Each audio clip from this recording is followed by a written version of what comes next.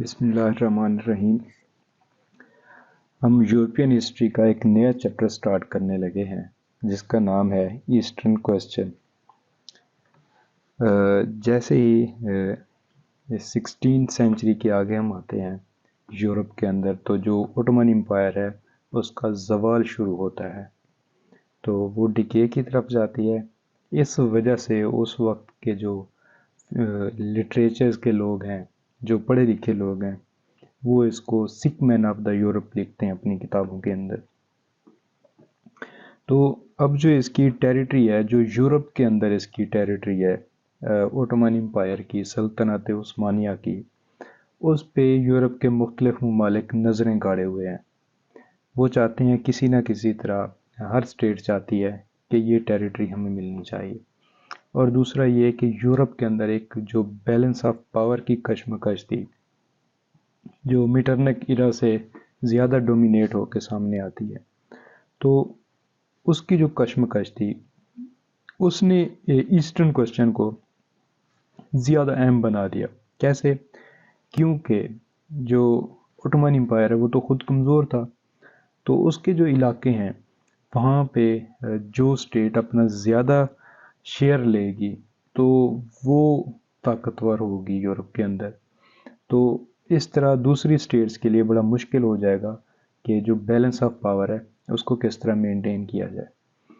تو میں topic start کرنے سے پہلے آپ کو اس کا پہلے سے میپ دکھاؤں گا، تو اس کے بعد ہم آگے چلیں گے۔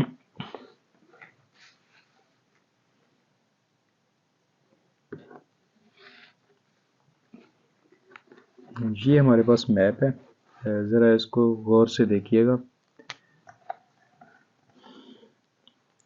یہ اوٹومن امپائر ہے، یہاں پہ جو میری بال پوائنٹ آ رہی ہے یہ اس کا یورپ کا حصہ ہے، یہ سارا۔ تو یہ اس کا نیچے والا حصہ ہے جو اس کا افریقہ میں ہے، افریقہ اور ایشیا میں ہے، یہ اس سے میپ سے ہٹ جاتا ہے۔ تو اب سین یہ ہے، یہ جو سی ہے یہ بلیک سی ہے، یہ سی جو میں نے بلو بال پوائنٹ سے اپنے نشان بنائے ہوئے ہیں، یہ بلیک سی ہے۔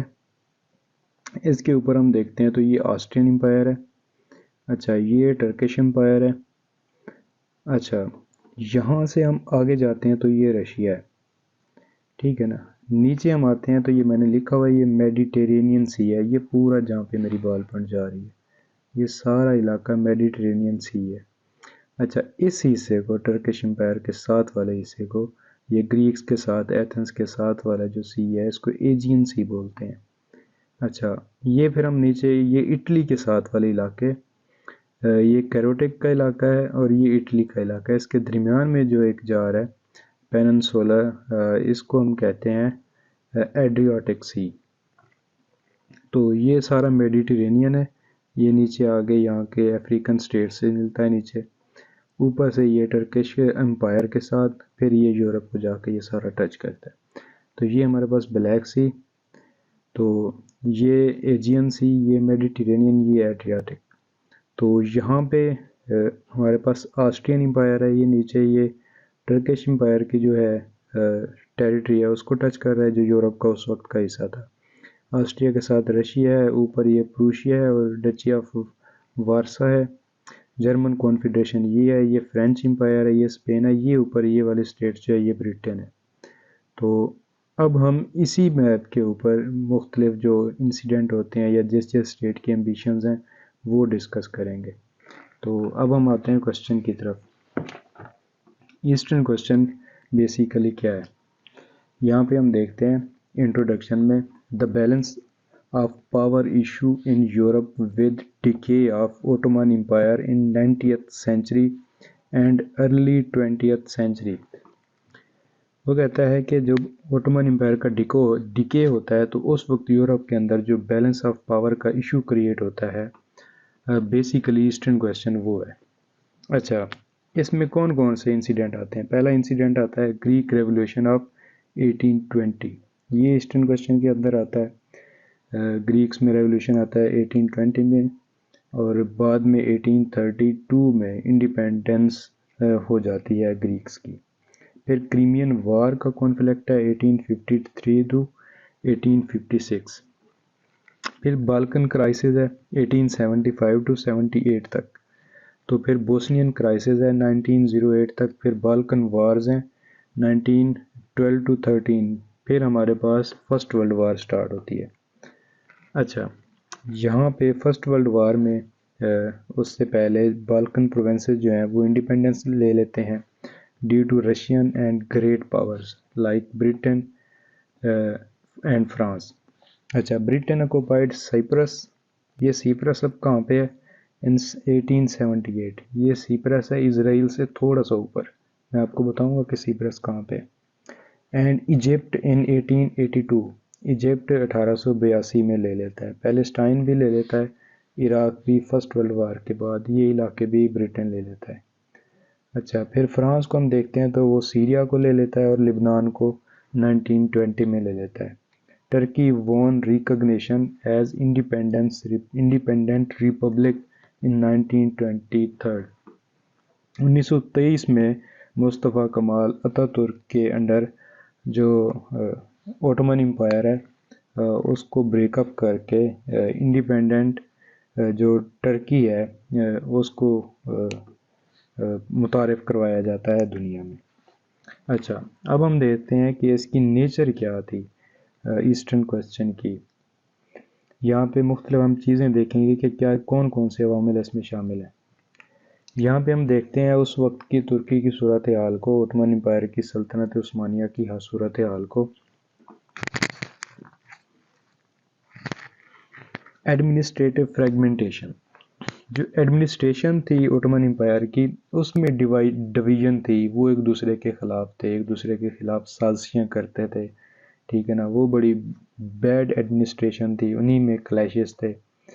اچھا، وہاں پہ دیکھتے ہیں کہ جو لوکل پروونشل آفیسرز ہیں they tried to establish independent rule, وہ چاہتے تھے کہ اب ہم جو ہے جو مین سینٹرل گورنمنٹ ہے اس سے ہم آزاد ہو جائیں۔ یہ لوکل پروونسز کی بات ہو رہی ہے، جس میں ہمارے پاس یورپین سٹیٹس کے جو ہیں گریکس ہیں، کرسچینز ہیں یا دوسرے لوگ ہیں وہ سینٹرل گورنمنٹ سے الگ ہونا چاہتے ہیں۔ نیچے ہم افریقن سٹیٹ ایجپٹ کی طرف آئیں تو وہ محمد علی چاہتا ہے کہ ہم اس سے الگ ہو جائیں۔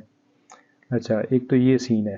پھر دوسرا ہے کہ nationalistic movements, native noble means seeking to break Turkey monopoly in jobs. اچھا، نیشنلسٹک موومنٹس تھیں سربیا میں، بساربیا میں، یہاں پہ مختلف جو ٹیریٹریز ہیں، میں آپ کو میپ میں دکھاتا ہوں، یہ والے اگر آپ کو علاقے نظر آ رہے ہیں تو یہ سارے علاقے کس کا حصہ تھے؟ اوٹومن امپائر کے، تو جس میں بہت ساری چیزیں ہیں، لیکن یہاں پہ جو مین اس میں ہم نام لیتے ہوتے ہیں بوسنیا کا، رومانیہ کا، گریکس کا، ایتھنز کا، یہ سارے علاقے یہ انڈیپینڈنس چاہ رہے ہوتے ہیں۔ اچھا، یہ ان میں نیشنلسٹک موومنٹ سٹارٹ ہوتی ہیں۔ اچھا، یہاں پہ ہم دیکھتے ہیں کہ وہ کہتا ہے جو گریک مرچنٹس ہیں seeking relaxation and trade restriction, جو گریکس کے اندر کرسچنس تھے وہ چاہ رہے تھے کہ ہمیں اوٹومن امپائر ہے جو سینٹرل گورنمنٹ ہے وہ ٹریڈ میں ریلیکس کرے، یہ حصہ گریکس کا ہے، یہ گریک تھا، یہ ٹرکش امپائر کا حصہ تھا اوٹومن امپائر کا، تو یہ چاہ رہے ہیں کہ ہمیں ریلیکس کیا جائے ٹریڈ پالیسیز میں جو سینٹرل گورنمنٹ اپلائی کیے ہوئے ہے۔ اچھا، آگے ہم دیکھتے ہیں بیکیم کرسچن سبجیکٹ۔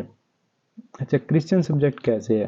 کیونکہ یہ اوٹومن امپائر کا حصہ ہے، ایک مسلم امپائر ہے یہ، تو یہاں پہ رہنے والے جو باشندے ہیں وہ کرسچن ہیں، تو پورے یورپ کی جتنی بھی سٹیٹس ہیں وہ بھی سب کرسچن ہیں، برٹن ہو گیا، آسٹریا ہنگری ہو گیا، ہمارے پاس فرانس ہو گیا، رشیا ہو گیا، پروشیا ہو گیا، یہ سارے، اٹلی کی جو مختلف امپائرز چھوٹی چھوٹی سٹیٹس تھیں اٹالین ٹیریٹریز کے اندر، وہ سارے وہ بھی کرسچن تھے، تو اس کو ہم کہتے ہیں کہ یہ کرسچن سبجیکٹ بن گیا۔ اچھا، harsh rule of French rulers, influence of French revolution, اس چیز نے بھی پورے یورپ کے اندر انسٹیبلٹی کریٹ کر دی تھی، تو اس کا بھی کچھ نہ کچھ اثر تھا ایسٹرن کوسچن پہ، جو ایسٹ والے علاقے ہیں انڈر اوٹومن امپائر وہاں پہ۔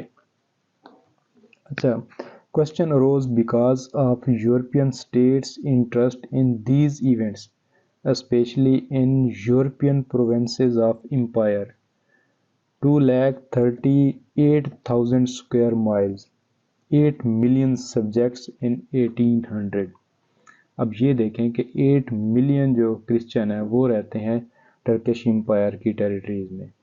تو جو علاقہ ہے یہ 2,38,000 سکوائر مائلز ہے، اور یہاں پہ اصل جو ایسٹرن کوسچن ہے وہ انہی علاقوں میں اروز ہوتا ہے جو اوٹومن امپائر کی ٹیریٹری ہے یورپ کے اندر. اب ہم یہاں پہ مختلف سٹیٹس کے انٹرسٹ چیک کرتے ہیں. اب دیکھنا یہ ہے کہ یورپ کے اندر جو مین پاورز ہیں، مین پاورفل سٹیٹس ہیں، وہ کیا چاہتی ہیں ایسٹرن کوسچن کے حوالے سے. سب سے پہلے یہاں پہ رشیا کی بات ہوگی کہ رشیا کیا چاہتا ہے. رشیا کا ہم دیکھتے ہیں کہ اس کی ایک اسٹریٹجک ایمبیشن ہے. یہاں پہ میپ کے اندر میں آپ کو بتا دیتا ہوں کہ تو یہ ہمارے پاس رشیا ہے، یہ نیچے بلیک سی تک آتا ہے. تو نیچے سے یہ ٹرکش امپائر سے جا کے ملتا ہے، ادھر سے آسٹرین سٹیٹس کے ساتھ. تو یہاں پہ رشیا کی ایمبیشنز ہیں. ہم آگے پڑھتے ہیں تو میں آپ کو بتاؤں گا کہ کیسے ایمبیشنز ہیں، یہاں پہ کیا چاہتا ہے، یہاں پہ اس کے کیا انٹرسٹ ہیں. اچھا، تو لینڈ لاکڈ ہے رشیا، لینڈ لاکڈ ہے اس وقت. اوپر سے نارتھ کی طرف یہاں پہ سی ہوتی ہے، جو سیز ہیں وہ سردیوں میں جم جاتے ہیں، وہاں پہ کوئی راستہ نہیں ہے. اچھا، ورمز واٹر تک اس کو رسائی چاہیے. نیچے بلیک سی سے یہ میڈیٹرینین کی طرف آئے گا. Access to Black Sea and Mediterranean Sea, اس کے کیا یہاں پہ مفادات ہیں، کیونکہ رشیا نے یہاں پہ ٹریڈ کرنی ہے ان سٹیٹس کے ساتھ. تو یہ رشیا ہے، یہ نیچے سے اسی بلیک سی سے ہوتا ہوا یہاں سے ٹرکش امپائر کے ان علاقوں سے، باسفورس سے اور ڈارڈینلز سے، یہاں سے نیچے، یہاں سے پھر یہ میڈیٹرینین میں آتا ہے. تو یہ سارا میڈیٹرینین ہے. تو یہ اصل میں انٹرسٹ ہیں رشیا کے، یہاں پہ آئیں، ان کی وارشپ سے اس کا انفلوئنس ہو اور یہاں پہ یہ ٹریڈ کریں ان مختلف سٹیٹس کے ساتھ. تو یہاں پہ اصل میں اس کے مفادات ہیں، کیونکہ یہاں تک ٹرکش امپائر ہے تو یہ بلیک سی میں بھی رسائی چاہتا ہے، نیچے بھی سارا. تو یہاں پہ اس کے مفادات ہیں. یہ بلیک سی ہے اور یہ میڈیٹرینین ہے، یہاں سے ہوتا ہے یہ میڈیٹرینین.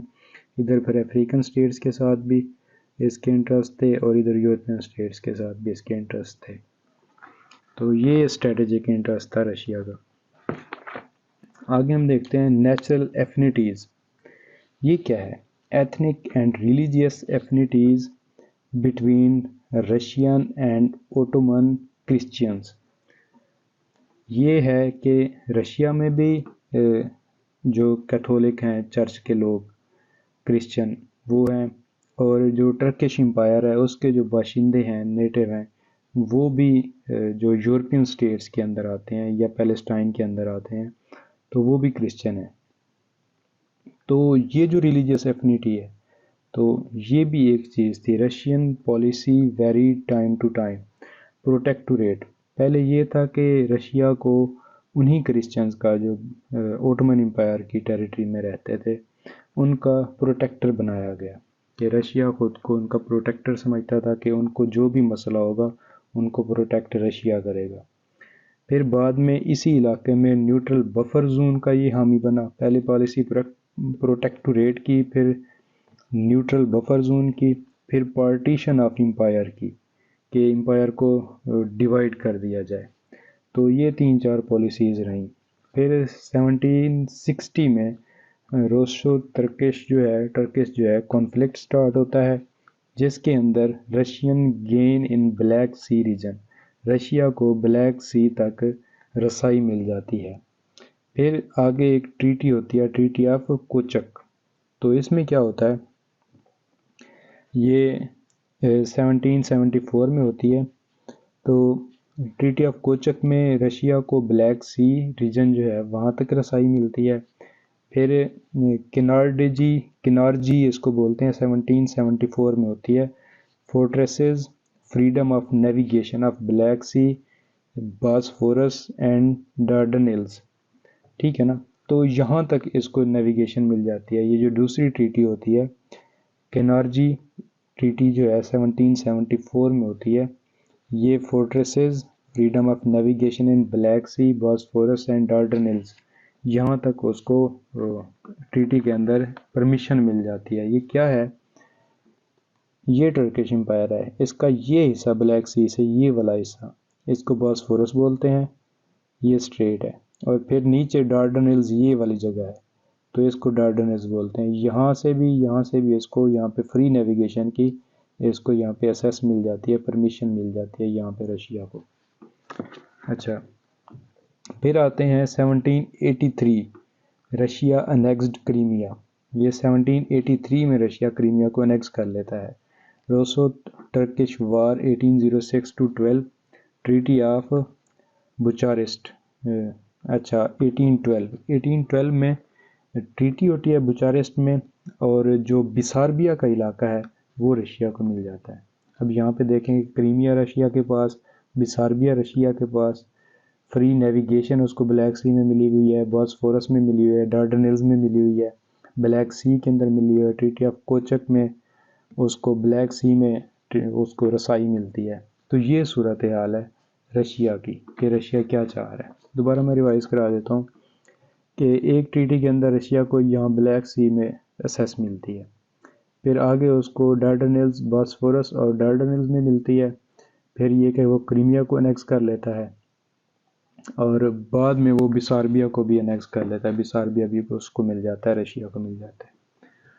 اب یہاں پہ دیکھتے ہیں کہ برٹن کے کیا گینز ہیں، برٹن کے کیا انٹرسٹ ہیں، وہ کیا چاہتا ہے۔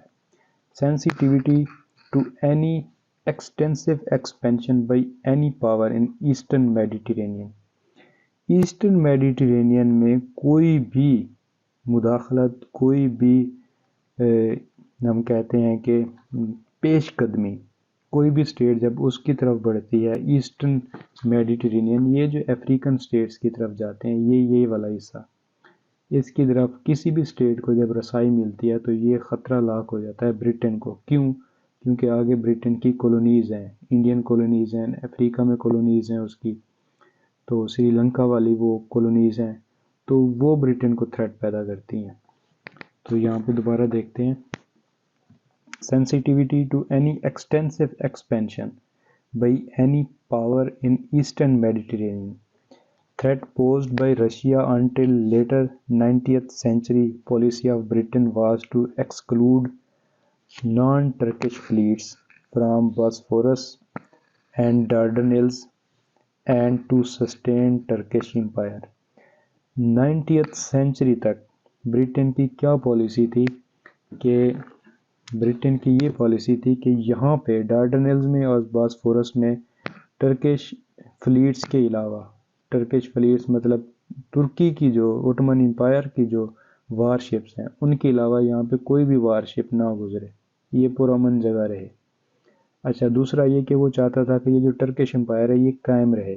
کیوں قائم رہے؟ اگر یہ قائم رہے گی تو جو برٹش انٹرسٹ ہیں ان کی کالونیز کے انڈیا کے اندر اور یہ ساتھ والے علاقوں کے اندر، تو وہ پروٹیکٹ رہیں گے۔ اگر ٹرکش امپائر ٹوٹے گی تو یہاں پہ کلیشز بڑھیں گے مختلف سٹیٹس کے، تو جو برٹن ہے ان کے یہ انٹرسٹ میں بات نہیں تھی۔ آگے ہم دیکھتے ہیں، and to sustain Turkish empire policy was confused by Greeks Orthodox subjects of Turkish protection 1791 Britain attempted to force Russia to discharge Black Sea fortress of Uchakor۔ اچھا صحیح ہے، یہاں پہ دو باتیں کی گئیں۔ گریکس جو آرتھوڈاکس سبجیکٹ ہیں آف ٹرکس، وہاں پہ اس کی پالیسی عجیب رہی۔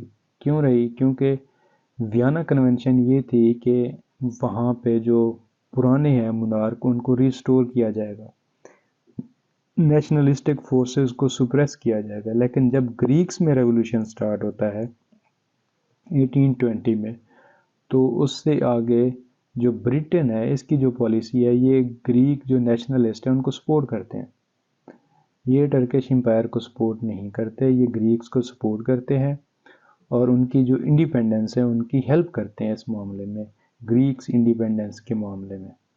اچھا، پھر ہم 1790 میں Britain attempted to force Russia to discharge from Black Sea fortresses of Ochakov. اب یہاں پہ ہم دیکھ رہے ہیں کہ 1799 میں یا 1790s میں یہ برٹن فورس کر رہا ہے رشیا کو، جو بلیک سیز کے فورٹریس ہیں جہاں پہ پہلے ٹرکش امپائر کا کنٹرول تھا، بھی یہاں سے رشیا نکل جائے۔ اور 1799 میں Britain granted the integrity of empire. 1799 میں برٹن نے اعلان کر دیا کہ جو اوٹومن امپائر ہے اس کی جو حفاظت ہے وہ ہم کریں گے۔ پیس آف ڈارڈنلز آف 1809، تو ایک ٹریٹی ہوتی ہے ڈارڈنلز کی، ڈارڈنلز کا جو علاقہ ہے وہاں پہ پیس مینٹین کیا جائے گا۔ It was agreed strait should be closed in peace time to non Turkish warships but open to Turkey's friend in war Times.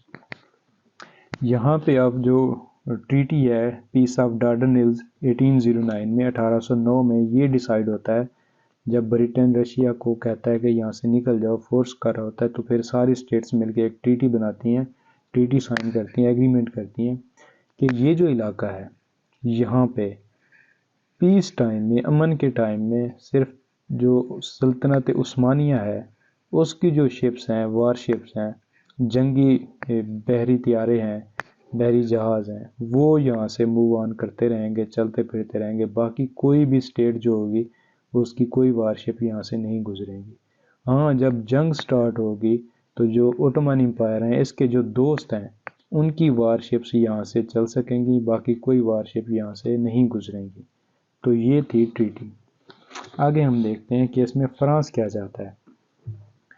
France کا جو رول ہے، France active in the region in 1770s and 1780s providing advises for ترک forces. اچھا، یہ 1760 سے 1770 جو ہے 1780 جو ہے وہاں تک یہ ایڈوائزر پرووائڈ کرتے رہے جو ٹرکش فورسز تھیں ان کو، کہ کس طرح موومنٹ کرتی ہے، کس طرح ٹریننگ ہوتی ہے، یہ سارا کچھ، کس طرح جنگیں جیتی جاتی ہیں۔ 1790s میں جب ہم دیکھتے ہیں تو یہاں پہ ایجپٹ کو انویڈ کرنے کی سوچتا ہے نیپولین، لیکن برٹن اس کو ریزسٹ کرواتا ہے، ٹرکش امپائر کو سپورٹ کرتا ہے، اور یہ کہ نیپولین بوناپارٹ جو ایجپٹین ان کی کمپین تھی اس کو چھوڑ کے پھر واپس آ جاتا ہے، کیونکہ برٹن کو خطرہ تھا کہ نیپولین بوناپارٹ اس کے بعد انڈیا پہ اٹیک کرے گا۔ 1801 میں نیپولین فیل ہو جاتا ہے، نارتھ افریقن ایکسپینشن جو ہے اس میں بھی فیل ہو جاتا ہے، تو واپس اس کو آنا پڑتا ہے۔ تو یہ انٹرسٹ ہے فرانس کے۔ ہم آسٹریا کی بات کرتے ہیں تو danger of lower Danube falling into the hands of strong powers. یہ کیا سین ہے؟ ڈینوب ریور ہے جو اوپر سے آتا ہے، یہ آسٹرین ہنگیرین امپائر سے ہوتا ہوا یہ یہاں پہ اس سی میں آ کے گرتا ہے، تو بلیک سی میں آ کے گرتا ہے۔ تو یہ ڈینوب ریور جو ہے وہ جو اس کا لوور حصہ ہے وہ چاہتے ہیں کہ یہ کسی اور کے قبضے میں نہ جائے، ٹرکش امپائر کا، یہ جب بھی آئے ہمارے قبضہ میں ہے۔ تو اس کا اسٹریٹجک جو انٹرسٹ تھا وہ یہی تھا کہ یہاں پہ مخالف قوت کوئی نہ ہو، یہاں پہ ہمارا اپنا انفلوئنس ہونا چاہیے۔ اچھا، آگے کیا ہے؟ یہ اسٹریٹجک کنسرن تھا اس کا۔ ڈینجر آف انفیکشن ہے، Slav nation could be double edge sword. 1788 to 91 Austria joined Russia in partition of Balkans, received northern Bosnia, additional territories were a nations to Austria. She distrusted Russian interest in the region. یہاں پہ مختلف چیزیں میں آپ کو سمجھاتا ہوں۔ یہ آسٹرین امپائر ہے، یہ ٹرکش امپائر ہے۔ یہ جو علاقے ہیں یہ کامن کلچر کے لوگ ہیں، ادھر آسٹرین سائڈ پہ بھی، ادھر ٹرکش سائڈ پہ بھی۔ یہ سلیو نیشن ہے۔ تو آسٹریا کو یہ تھا کہ یہاں پہ جب بھی کوئی ایشو ہوگا، ٹھیک ہے نا، اگر یہاں پہ انسٹیبلٹی ہوئی تو یہاں پہ بھی ہوگی، ایک یہ ایشو اس کو تھا۔ تو بہتر ہے کہ یہاں پہ حالات ٹھیک رہیں، اس کے مفادات میں رہیں، آسٹریا کے مفادات میں۔ اس کو یہ تھا کہ یہ قوم جو ہے، کیونکہ ایک ہی کلچر ہے، یہ اگر حق میں ہوئے تو بھی بہتر ہے، ٹھیک ہے نا، تو اس کے حق میں ہوں گے سارے۔ اگر اس کے مخالف ہوئے تو اس کے اپنے اندر بھی انسٹیبلٹی آ جائے گی۔ تو اس کو تھا کہ یہ دو دھاری جو تلوار ہوتی ہے اس کا کردار ادا کر سکتے ہیں یہ علاقے، کیونکہ یہ اس کے حق میں بھی آ سکتے ہیں اور اس کے مخالفت میں آئے تو زیادہ نقصان اٹھانا پڑے گا، کیونکہ آسٹرین ہنگیرین امپائر ہے، اس کے اندر ایک انسٹیبلٹی کریٹ ہو جائے گی۔ دوسرا یہ تھا کہ بعد میں آسٹریا جو ہے یہ رشیا سے ایگریمنٹ کر کے یہ جو ٹرکش ٹیریٹریز ہیں ان کی بندر بانڈ میں مصروف تھا، بندر بانڈ پہ اس نے ایگریمنٹ کیے کہ کچھ علاقے میں لوں گا، کچھ تم لینا، تو یہ ان کی آپس میں انٹرسٹ ہے یہاں پہ۔ تو یہ تھا بیسیکلی ایسٹرن کویسچن کے اسٹیٹس کے آپس میں انٹرسٹ کیا تھے۔ ہم نے برٹن کا بتایا کہ برٹن چاہتا تھا کہ یہاں پہ کوئی بھی جو وار شپس ہیں ان کی نیویگیشن نہ ہو سوائے اوٹومن امپائر کے۔ کیونکہ اس کو خطرہ تھا کہ جو بھی اس طرف نیچے آئے گا ایسٹرن سائڈ پہ میڈیٹرینین کی، تو جو برٹن کالونیز ہیں ان پہ اٹیک کرے گا۔ برٹش کو یہ تھریٹ تھا۔ پہلے نیپولین نے بھی یہی کام کیا تو برٹن نے ان کو ریزسٹ کیا، تو نیپولین کو 1801 میں واپس مڑنا پڑا۔ تو رشیا کے حوالے سے بھی اس کو اسی طرح خطرات لاحق تھے۔ اچھا، جب ہم آسٹریا کی بات کرتے ہیں تو ایک ڈینوب ریور کی بات کرتے ہیں کہ جو لوور ڈینوب ریجن ہے وہ چاہتا تھا کہ وہ اس کے قبضے میں رہے۔ دوسرا یہ کہ سلیو کلچر کی بات تھی، کچھ اوٹومن امپائر میں تھے، کچھ ان کے جو آسٹرین ہنگیرین ریجن ہے اس میں تھے، تو وہ ان کو خطرہ تھا کہ یہ جو دو دھاری تلوار کا کردار ادا کر سکتے ہیں۔ اچھا، دوسرا یہ کہ تقسیم کی گئی رشیا اور آسٹریا کے اندر۔ فرانس کا کردار ہم نے بتایا کہ انہوں نے کمپین کی تھی ٹرکش امپائر پہ، انہوں نے اٹیک کیے تھے، ایجپشین کمپین تھی ان کی۔ تو یہ اس وقت کی ساری صورتحال تھی۔ تو اب تھوڑا آگے بڑھتے ہیں اس کے مین ایپیسوڈز پہ۔ اس کے تقریباً 3 فیزز ہیں، فیز 1، فیز 2 اینڈ فیز 3۔ ہم فیز 1 کی ذرا سی بات کرتے ہیں۔ فیز 1 میں ہم دیکھتے ہیں گریک وار آف انڈیپینڈنس ہوتی ہے۔ مین ایپیسوڈ 1821 سے 1856 کے درمیان ہوتے ہیں۔ پہلا ہم دیکھتے ہیں کہ Greek war of independence 1821 to 32۔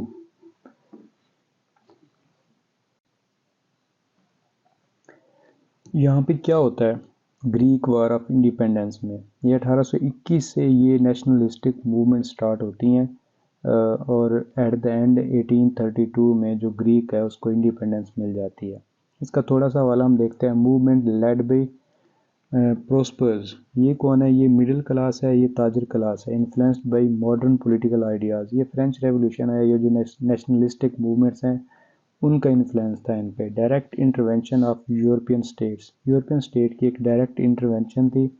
Adventure led by Alexander Ypsilanti, 1821 میں الیگزینڈر ہیپسیلینٹی جو ہے انہوں نے یہ ایڈونچر سٹارٹ کیا۔ April 1821 Russia invaded Ottoman empire. یہ 1821 سے 1832 کے معاملات ہیں۔ تو سب سے پہلے رشیا نے انویڈ کیا، رشیا نے سٹارٹ کی۔ روسو ٹرکش وار جو ہے 1828 سے 29 میں ہوتی ہے۔ یہاں پہ کیا ہوتا ہے؟ ڈسٹرکشن آف ایجپشین فلیٹس ہے ایٹ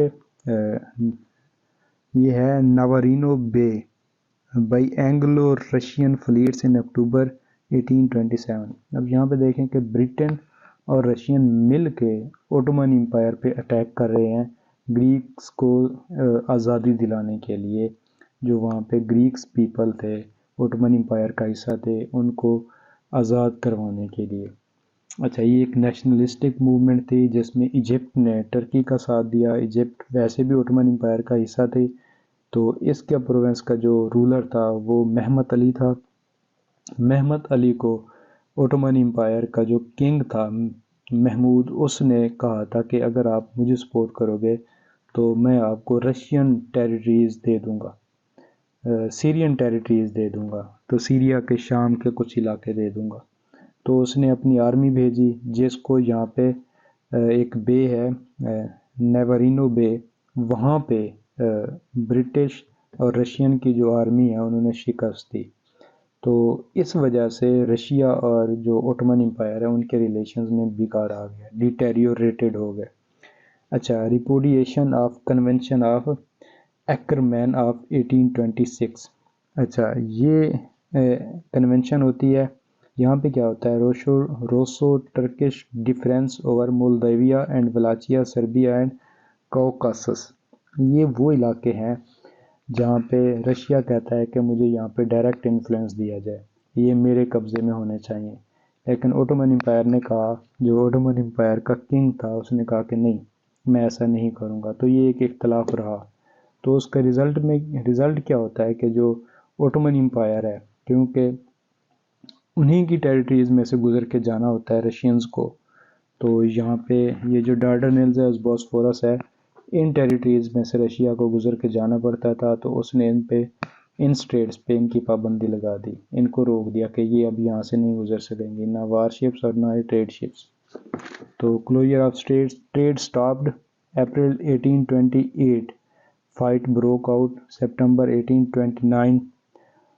کوسیکس ور 40 miles فرام کانسٹنٹینوپول.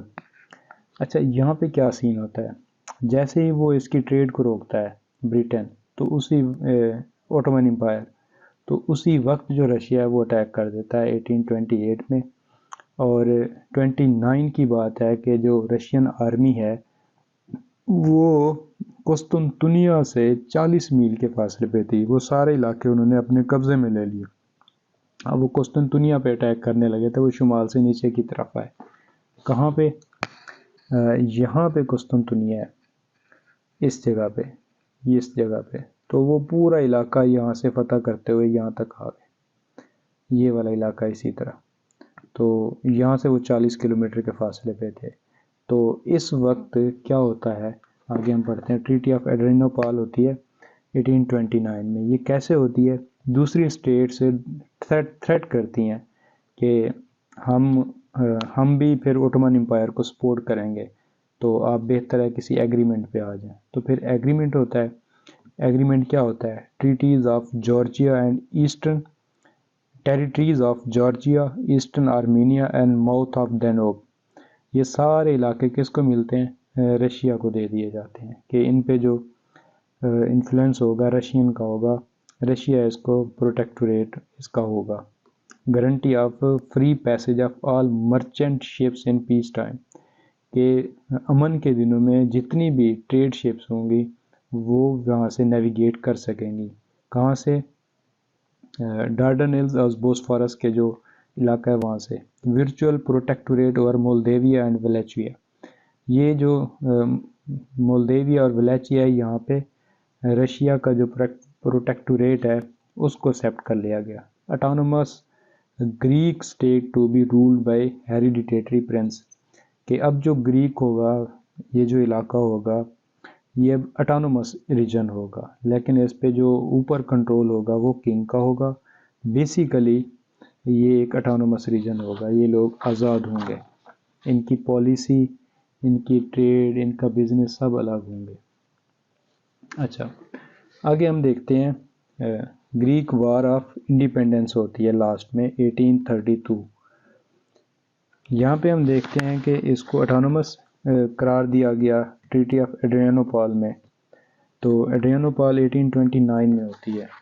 تو آگے پھر کیا ہوتا ہے کہ یہ مختلف اسٹیٹس ہوتی ہیں کہ اگر یہ اسی طرح رہا تو یہ جو گریک کا ریجن ہے یہ انسٹیبل رہے گا. ایک طرف سے یہ کنٹرول میں ہے اوٹومن امپائر کے، دوسری طرف سے ہم نے اس کو اٹانومس بنایا ہوا ہے، تو پھر ایشوز ہوں گے.